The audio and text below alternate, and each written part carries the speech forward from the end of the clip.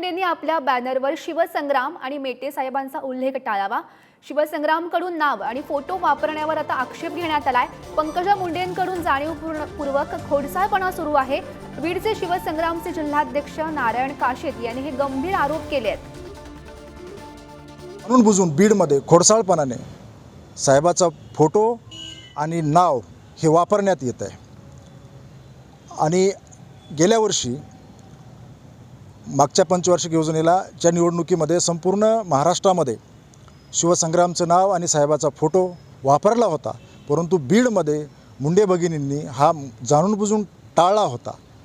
यावर्षी लोकांमध्ये संभ्रम निर्माण करण्यासाठी हे केल्या जात आहे। ज्यावेळेस ज्योतिताई मेटेंची उमेदवारीची जनतेमधून मागणी झाली त्यावेळेसपासून काहीतरी लोकांच्या मनामध्ये संभ्रम निर्माण करण्याचं कट कारस्थान या भागातील नेते करत आहेत।